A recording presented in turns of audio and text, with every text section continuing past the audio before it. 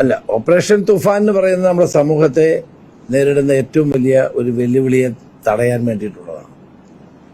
ആരോഗ്യ, എക്സൈസ്, അതോടൊപ്പം തന്നെ വിദ്യാഭ്യാസ ഈ ഡിപ്പാർട്ട്മെന്റുകളെ കൂടി സംയോജിപ്പിച്ചുകൊണ്ടാണ് ഓപ്പറേഷൻ തുഫാൻ നടപ്പാക്കുന്നത്. അത് ഒരു തരത്തിലും നമുക്ക് കോംപ്രമൈസ് ചെയ്യാൻ കഴിയാത്തൊരു കാര്യമാണ്. എല്ലായിടത്തും പോലീസ് അതിസമർത്ഥമായി ഈ മയക്കുമരുന്നിന്റെ വ്യാപനത്തെ തടയാനുള്ള നടപടികൾ കൈക്കൊള്ളുകയാണ്. ഞാൻ പ്രത്യേക നിർദ്ദേശം കൊടുത്തിട്ടുണ്ട്. ഒരു പോലീസ് ഉദ്യോഗസ്ഥനും ഒരാളുടെയും ശുപാർശകൾ ഈ കാര്യത്തിൽ കേൾക്കാൻ പാടില്ല. ഒരു പോലീസ് ഉദ്യോഗസ്ഥനും അവരുടെ ഡ്യൂട്ടിയിൽ ഒരു ശേഷം വെള്ളം ചേർക്കാൻ പാടില്ല. അങ്ങനെ ഏതെങ്കിലും പോലീസ് ഉദ്യോഗസ്ഥൻ പ്രവർത്തിച്ചാൽ അവരുടെ പേരിൽ നടപടി ഉണ്ടാകും.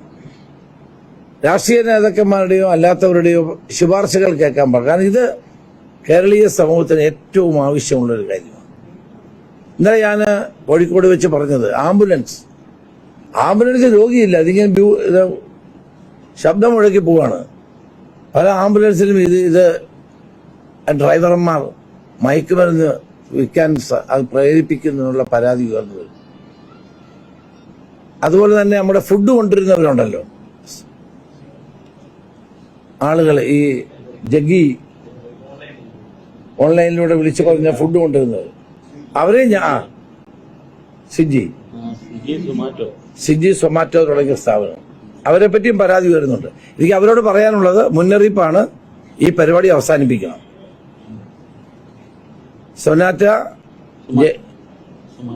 സൊമാറ്റോ അതോടൊപ്പം തന്നെ സ്വിഗ്ഗി, ഈ വലിയ പരാതികൾ ഉയർന്നു വരുന്നുണ്ട്. അവരാണ് ഇതിനെ പലയിടത്തും ഇത് കൊണ്ട കൊടുക്കുന്നത്. കാരണം അവരെ ആരും ചെക്ക് ചെയ്യാറില്ല, ഫുഡ് കൊണ്ടുപോകല്ലേ. അപ്പൊ അവരോട് ഞാൻ പറയുന്നത്, നിങ്ങളിത് അവസാനിപ്പിക്കണം. വെറുതെ ആവശ്യമില്ലാതെ അവരെ നിയമത്തിന്റെ മുമ്പിൽ കൊണ്ടുവരേണ്ട നടപടി ഉണ്ടാകരുത്. ഇതുവരെ ചെയ്തൊക്കെ ചെയ്തു, ഇനി ഇത് അവസാനിപ്പിക്കണം. ഇത് ചെയ്താൽ അവരെ ഞങ്ങള് പോലീസ് പരിശോധിക്കും, കർശന നടപടി ഇക്കാര്യത്തിൽ ഉണ്ടാകും. 26-ാം തീയതി കേരളത്തിലെ 140 നിയോജക മണ്ഡലങ്ങളിലും ഓപ്പറേഷൻ തുഫാനുമായി ബന്ധപ്പെട്ട് MLA-മാരുടെ നേതൃത്വത്തിൽ പരിപാടികൾ സംഘടിപ്പിക്കുന്നുണ്ട്. ഇതിന് പ്രതിജ്ഞയെടുക്കുകയും അതോടൊപ്പം തന്നെ തെരഞ്ഞെടുക്കപ്പെട്ട ഒരു സ്കൂളിൽ ഓരോ നിയോജക മണ്ഡലങ്ങളിലും അന്താരാഷ്ട്ര മയക്കുമരുന്ന് വിരുദ്ധ ദിനമാണെന്ന് ഈ ജൂൺ 26 അന്ന് എല്ലാ നിയോജക മണ്ഡലങ്ങളിലും പരിപാടി ഉണ്ടാവും. MP-മാര് പങ്കെടുക്കും, പഞ്ചായത്ത് ജനപ്രതിനിധികൾ ഉൾപ്പെടെയുള്ള എല്ലാവരെയും അതിൽ പങ്കെടുപ്പിച്ചുകൊണ്ടുള്ള ജനകീയ മുന്നേറ്റമായി ഓപ്പറേഷൻ തുഫാൻ മാറ്റാനാണ് ഉദ്ദേശിച്ചത്. ഓപ്പറേഷൻ തുഫാൻ മൂന്ന് കാര്യങ്ങളാണ് ചെയ്യുന്നത്. ഒന്ന്, ഓപ്പറേഷൻ സ്ട്രൈക്ക്, പോലീസ് കടന്നു ചെന്ന് അത് റെയ്ഡ് ചെയ്ത് പിടിക്കുക. ഇപ്പൊ ജനങ്ങൾ റെയ്ഡ് ചെയ്യുന്ന തുടങ്ങി, എല്ലായിടത്തും പഞ്ചായത്തുകൾ പോയി റെയ്ഡ് ചെയ്യുന്നു, നല്ല കാര്യമാണ്. പോലീസ് റെയ്ഡ് ചെയ്ത് ലഹരി ഉൽപ്പന്നങ്ങൾ പിടിക്കുന്നു, നിരോധിത പുകയില ഉൽപ്പന്നങ്ങൾ പിടിക്കുന്നു, മയക്കുമരുന്ന് പിടിക്കുന്നു. ഇതുവരെ ഞങ്ങൾ കഴിഞ്ഞ 17 ദിവസമായി 15 കോടി രൂപയുടെ അടുത്ത സാധനങ്ങൾ പിടിച്ചിട്ടുണ്ട്. വർത്ത് 15 കോടി രൂപ വില വരുന്ന ഈ മയക്കുമരുന്ന് സാധനങ്ങൾ പിടിച്ചെടുത്തിട്ടുണ്ട്. അതുപോലെ തന്നെ 3000-ത്തിലധികം ആളുകളെ അറസ്റ്റ് ചെയ്തിട്ടുണ്ട്.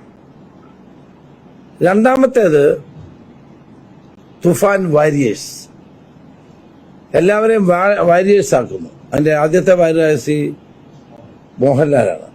ഇന്നലെ ഞാൻ കുറച്ച് മത നേതാക്കളെ കണ്ട് അവരെയൊക്കെ ഓപ്പറേഷൻ തുഫാൻ വാരിയേഴ്സ് ആക്കിയിട്ടുണ്ട്.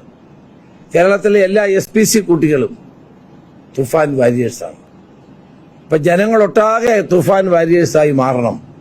പത്രപ്രവർത്തകരടക്കമുള്ളവർ തുഫാൻ വാരിയേഴ്സായിട്ട് മാറണം. ഇത് നിർത്തണമെങ്കിൽ അങ്ങനെ ചെയ്താൽ മാത്രമേ മതിയാവൂ. മൂന്നാമത്തേത് തുഫാൻ കെയർ. കാരണം ഇത് ഉപയോഗിച്ചു കാലാകാലങ്ങളിൽ മയക്കുമരുന്ന് ഉപയോഗിക്കുന്ന ആളുകൾക്ക് പെട്ടെന്ന് ഇത് നിർത്തുമ്പോഴുണ്ടാകുന്ന വിഡ്രോവൽ സിൻഡ്രം ഉൾപ്പെടെയുള്ള അസുഖങ്ങൾ വന്ന ആളുകളുണ്ട്. അവരെ ട്രീറ്റ് ചെയ്യാനുള്ള നടപടിയും ഞങ്ങൾ കൈക്കൊള്ളും.